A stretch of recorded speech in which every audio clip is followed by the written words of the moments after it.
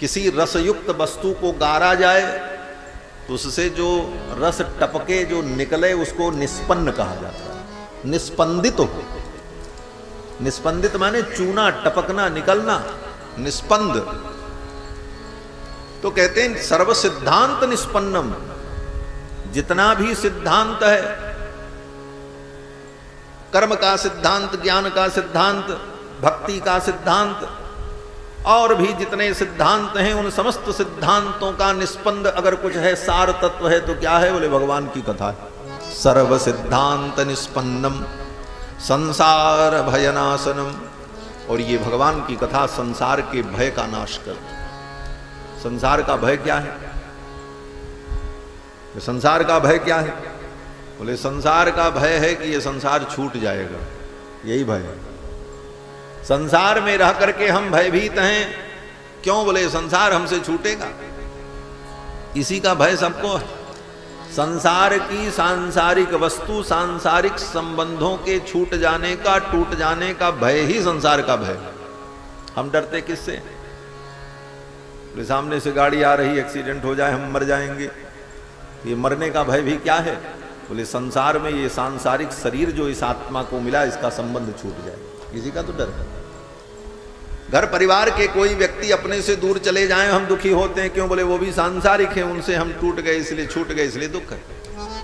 धन संपत्ति लुट जाए, धन संपत्ति क्या? बोले सांसारिक वस्तु, उसके वियोग में हम दुख होते हैं। कुल मिलाकर के संसार का दुख क्या है? बोले संसार के छूटने का भय, यही संसार का भय। और ये छूटेगा तय है, लेकिन इसके छूटने का भय हमको दुखी करता रहता है। ये भय दूर तब होगा जब हम ये जान जाएं कि हाँ ये छूटेगा ही छूटेगा, आप इसको रोक नहीं पाएंगे, यही सत्य। संसार भय नाशनम, ये तभी अनुभव होगा जब हम बार बार भगवान की कथा श्रवण करेंगे, इन चरित्रों को सुनेंगे, तो हमें ये समझ में आएगा संसार तो छूटेगा ही छूटेगा। आप न चाहो फिर भी छूटेगा, आप नहीं छोड़ोगे संसार ही आपको छोड़ देगा। पामर तो ही तजेंगे प्राणी, तू न तजे अबहिते। तुलसीदास जी महाराज कहते हैं संसार तुमको छोड़ देगा, तुम अगर नहीं छोड़ोगे, पकड़े रहोगे, तो एक दिन ऐसा आएगा संसार तुमको छोड़ेगा। जिन बेटा बेटी परिवार के पीछे हम परेशान रहते, वही एक दिन ऐसा आता है कि उस बूढ़े से बात करने को तैयार नहीं। बाप बुलाता, बेटा सुनो, बोले रुकिए अभी आ रहे हैं बहुत जल्दी में। संसार का यही धर्म है, संसार को आप नहीं छोड़ोगे, संसार आपको छोड़ देगा। क्यों? बोले आप संसार के लायक तब नहीं रह जाओगे। संसार तब तक आपको पकड़ता है जब तक आप संसार के लायक हो। जिस दिन आपकी योग्यता खत्म हो गई, संसार स्वयं आपको छोड़। इसी देश में बड़े बड़े नेता, बड़े बड़े प्रधानमंत्री, बड़े बड़े मंत्री, जब उनकी योग्यता खत्म हो गई, पद समाप्त हो गया, कोई नाम लेने वाला नहीं। यही संसार है। इस संसार की अनित्यता का बोध हो जाने पर हम संसार को जो पकड़े बैठे हैं, ये हमसे छूटेगा, ये तय है। इस बात को हम सहर्ष स्वीकार कर लें, सहर्ष अपनी आत्मा को हम स्वीकार करा दें, यही दुख की निवृत्ति है, यही संसार के भय का नाश है। लेकिन कहना बड़ा सरल है, होना बड़ा कठिन है। कहत सुनत समुझत दशा हृदय नहीं आवत। गोस्वामी तुलसीदास जी महाराज कहते हैं कहते बनता है, सुनने में भी अच्छा लगता है, समझ में भी आता है, लेकिन उतरता नहीं है। कुछ देर के लिए उतरता है, लेकिन फिर संसार की वो परिस्थितियां हमें यथावत उसी संसार की ओर खींच ले जाती हैं। लेकिन बार बार हम अगर साधन करते रहें, बार बार चिंतन करते रहें, बार बार उपाय करते रहें, तो संसार के भय की निवृत्ति होती है, असंभव नहीं है। तो संसार भय नाशनम, संसार के भय का नाश। और यथार्थ में राजा परीक्षित को सुखदेव जी ने जो कथा सुनाई, इस कथा का यही फल निकला, संसार भय नाशनम। संसार के भय का नाश हुआ। भाई राजा परीक्षित को भी तो भय था कि आज के 7वें दिन तक्षक नाग काटेगा और हम मरेंगे। मरना तो तय था, राजा परीक्षित मरे भी। ऐसा नहीं है कि 7 दिन भागवत सुनने के बाद वो तक्षक के दंश से बच गए, नहीं बचे। तक्षक ने काटा और ऐसी भयंकर विषद ज्वाला कि महाराज परीक्षित का शरीर वहीं दग्ध हो गया, राख की ढेरी बन गया।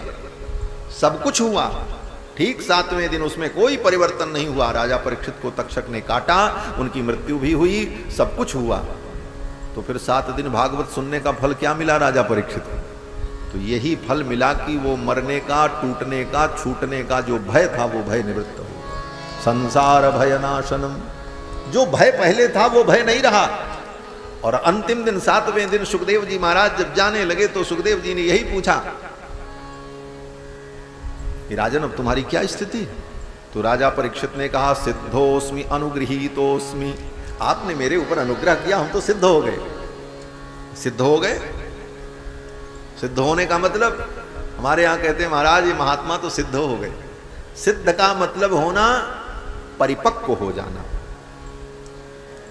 इसीलिए साधु के यहां आज भी कहा जाता दाल बनती है रसोई में, तो ये नहीं कहा जाता, अगर कोई पूछे, महंत जी पूछते भाई दाल पक गई बन गई, ये नहीं पूछा जाता साधु के यहाँ। क्या पूछते? बोले दाल सिद्ध हो गई, तो रसोईया कहता हाँ महाराज दाल सिद्ध हो गई। बोले महाप्रसाद सिद्ध हो गया? बोले सिद्ध हो गया। सिद्ध का मतलब परिपक्व हो गया, वो अपनी पूर्ण अवस्था को प्राप्त हो गया, उसको उसकी जो उचित अवस्था थी वहां पर वो पहुंच गया। तो सिद्ध होने का यही मतलब है। राजा परीक्षित कहते हैं सिद्धोस्मि। सिद्ध का मतलब ये नहीं कि वो बहुत बड़े चमत्कारी और जादूगर बन गए। आत्मरूप हूं, अछेद्य हूं, अभेद्य हूं, अकाट्य हूं, हमारे अंदर कोई विकार नहीं है। विकार तो शरीर में है और आत्मा तो निर्विकार है। ये दिव्य बोध, ये ज्ञान परीक्षित को प्राप्त हो गया और उनका संसार का भय समाप्त हो गया। संसार भय नाशनम, ये कथा संसार के भय का नाश करती है। लेकिन ये मिलती कब है, कैसे मिलेगी, कहाँ मिलेगी? तो सूत जी महाराज कहते हैं जन्मांतरे भवेत पुण्यम तदा भागवतम लभेत। जन्मांतर में पुण्य होगा, जन्म जन्मांतर में आपने अच्छे कर्म किए होंगे तभी भगवान की कथा सुनने को मिलेगी। कथा सुनने को तभी मिलती है जब जीव के पूर्वकृत पुण्य होते हैं। पुण्य के बिना भगवान की कथा नहीं मिलती। कहते हैं सारे कर्मों का फल क्या है? बोले पुण्य, कर्मों से उत्पन्न होने वाला पुण्य। और पुण्य का फल क्या है? बोले कथा। फिर कोई पूछे कथा का फल क्या है? बोले कथा का कोई फल नहीं, कथा स्वयं में फल है। फल का फल नहीं होता, ये तो स्वयं फल है। निगम कल्पतरोर गलितम फल, तो ये स्वयं फल है। अब फल का कोई फल ये कल्पना नहीं की जा सकती, क्योंकि फल का फल तो फिर उसमें भी प्रश्न होगा, फिर उसका क्या फल, तो फिर उसका क्या फल, तो ये अनवस्था नाम का दोष हो जाएगा। इसको साहित्य वो वेदांत में दार्शनिक सिद्धांत में अनवस्था दोष कहते हैं। अनवस्था माने जिसकी कोई अवस्था ही ना हो, कहीं वो रुकेगा नहीं, प्रश्न पे प्रश्न चलता जाएगा। भाई फल का फल, फिर उसका फल, फिर उसका फल, फिर उसका फल, फिर कहाँ अंत करोगे जाकर के? इसलिए समस्त धर्म कर्मों का फल क्या है? बोले भगवान की कथा है। जन्मांतरे भवेत पुण्यम तदा भागवतम लभेत। जन्मांतर में पुण्य होगा तभी भगवान की कथा सुनने को मिलेगी। पुण्य पुंज बिनु मिलहि न संता। जब तक पुण्य का पुंज नहीं होगा तब तक संत नहीं मिलेंगे, और संत नहीं मिलेंगे तब तक भगवान की कथा नहीं मिलेगी। कथा कौन सुनाएगा? बोले भगवान के प्रेमी संत मिलेंगे तो वही तो भगवान की कथा सुनाएंगे। और आगे सूत जी महाराज कहते हैं कि एतस्माद् अपरम किंचिन मनःशुद्धि न विद्यते।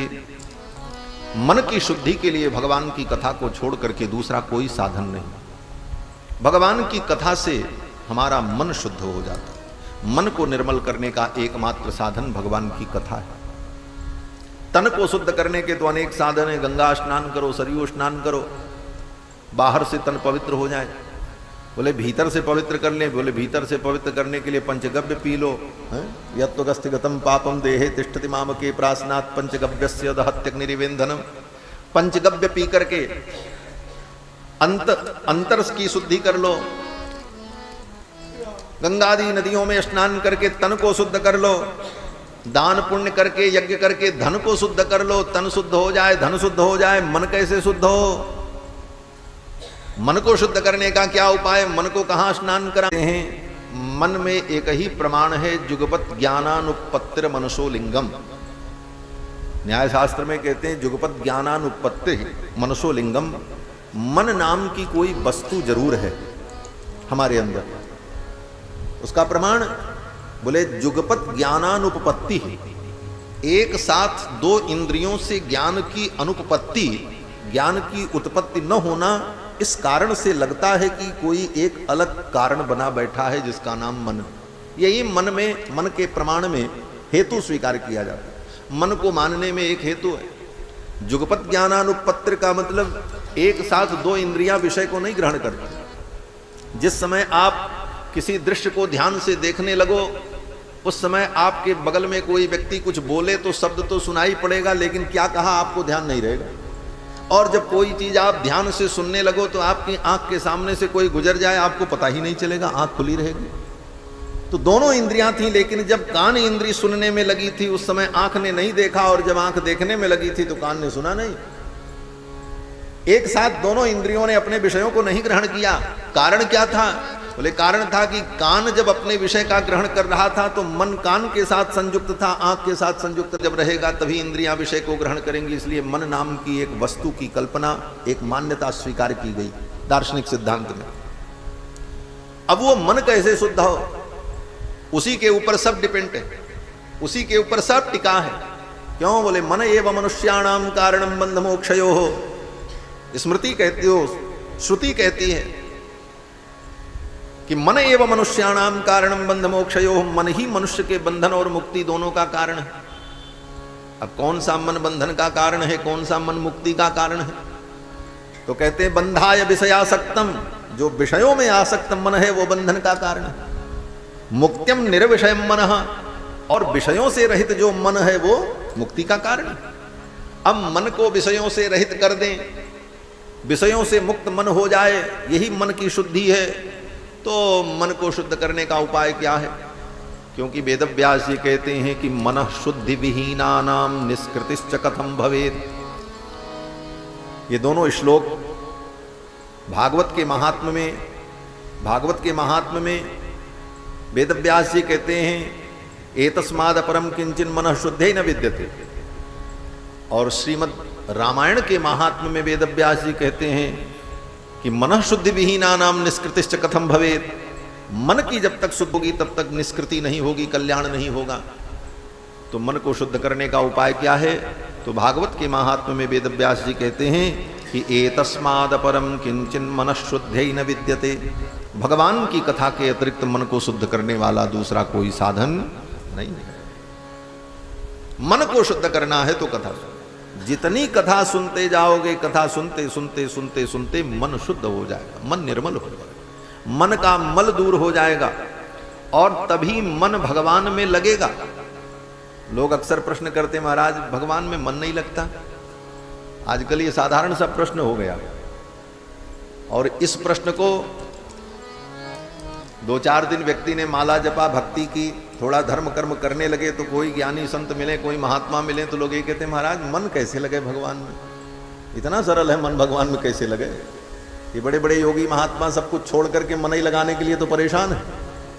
एक दिन में वो मन नहीं लगेगा। बार बार कथा सुनते सुनते जब मन निर्मल हो जाएगा तो अपने आप भगवान में मन लगने लग जाएगा। यही उपाय है। बार बार हम भगवान की कथा को श्रवण करें। एतस्माद् परम किंचिन मनः शुद्धे न विद्यते, और बार बार मन को भगवान में लगाना। ये मन अनादिकाल से विषयों में आसक्त है। एक बार में ये विषयों को छोड़कर भगवान में लग जाए ये संभव नहीं। इसकी आदत बिगड़ी है, और इसको बार बार भगवान के चरणों में लगाएंगे। जब कथा श्रवण करेंगे, भगवान के चरित्र को सुनेंगे, मन लगाएंगे तो करते करते करते करते तब आदत पड़ जाएगी। बोले महाराज एक बार तो कथा सुन ले। बोले एक बार नहीं, फिर सुनो, दोबारा सुनो। मुहु रहो रसिका भुवि बाहुका, बार बार इसको सुनो। ये बार बार का मतलब क्या? बोले भूत की यही दवा है, भूत की यही दवा है। एक भूत था, भूत माने प्रेत। एक प्रेत था महाराज। एक ब्राह्मण ने एक मंत्र का जप करके किसी प्रेत को सिद्ध कर लिया, वो प्रेत सिद्ध हो गया महाराज। प्रेत सामने आ गया, बोले बताओ क्या काम करें? तो प्रेत के अंदर तो अनेक विलक्षण शक्तियां होती। उसने कहा ये काम कर डालो। प्रेत ने एक क्षण में वो काम कर दिया, फिर खाली हो गया। उसने कहा अब काम बताओ। फिर उसने काम बताया, एक क्षण में उस काम को भी निपटा दिया। फिर प्रेत ने कहा काम बताओ। अब कितना काम आदमी बताओ भाई? सब काम जब प्रेत करे इतने जादू से धड़ाधड़ तो सारे काम हो जाएंगे। उसके सारे काम हो गए। उसने कहा अब कोई काम नहीं बचा। बोले काम बताओ नहीं तो हम तुमको खा जाएंगे। प्रेत ने कहा अगर तुम काम नहीं बताओगे तो हम तुमको खा जाएंगे। अब तो भाई समस्या, बोले जिस प्रेत को सिद्ध किया था कि हमारा काम करेगा वही हमारे लिए विनाश का हेतु बनने जा रहा। बड़ा चक्कर में पड़ा। वो ब्राह्मण बोले तो कहाँ से हमने विपत्ति पाल ली, इस प्रेत को सिद्ध कर लिया, अब इसको कितना काम बतावें, सारा काम क्षण भर में निपटा देता। तब गए गुरुजी के पास, बोले गुरुजी कोई उपाय बताओ। तो गुरुजी ने कहा एक काम करो, अब जब प्रेत आवे तो उससे कहना एक खूब लंबा चौड़ा 20 हाथ 25 हाथ का बांस ले आओ। उसने कहा महाराज एक क्षण में वो लेकर के आएगा। बोले हाँ ठीक है ले आएगा तू। जब ले आवे तो उस प्रेत से कह देना इस बांस को गाड़ दो। बोले हाँ वो गाड़ देगा। बोले जब गाड़ दे और फिर कहे काम बताओ तो कह देना इसी पे चढ़ो उतरो, बस यही काम है, करते रहो, ये काम कभी खत्म नहीं होने वाला। जब वो प्रेत बांस लावे तो उसको कह देना गाड़ दो और फिर उससे कहना कि अब इसी पे चढ़ो उतरो। उसने यही किया महाराज। प्रेत आया, बोले काम बताओ। उस ब्राह्मण ने कहा एक बांस लाओ 25 हाथ का। गया खोज के लाया, प्रेत 25 हाथ का बांस गाड़ दिया। बोले अब काम बताओ। बोले इस पे चढ़ो उतरो। अभी चढ़ने उतरने का काम खत्म होने वाला नहीं। प्रेत चढ़ने उतरने लगा, चढ़ते उतरते थक गया। अंत में चरणों में गिर करके उस प्रेत ने कहा हम तो थक गए, हमको मुक्त करो। अब कोई काम बताने को तैयार नहीं थे, बोले थक गए। उसी प्रकार ये मन प्रेत है महाराज, एक काम खत्म हो दूसरा काम इसके अंदर तैयार बैठा। अब इस मन को क्या करें? बोले इस मन रूपी भूत को ठंडा करने का यही उपाय है कि बार बार भगवान की कथा में उतारो, इसी में उतरे और चढ़े, इसी में घूमता रहे। राम ही सुमिरिए गाइए राम ही, बार बार राम जी का चरित्र सुनो, बार बार भागवत सुनो, बार बार तीर्थ में जाओ, बार बार भजन करो, करते रहो। एक दिन ये मन रूपी प्रेत थक करके भगवान के चरणों में समर्पित हो जाए। इसको थकाने का यही उपाय है। एतस्माद् अपरम किंचिन मनः शुद्धे न विद्यते।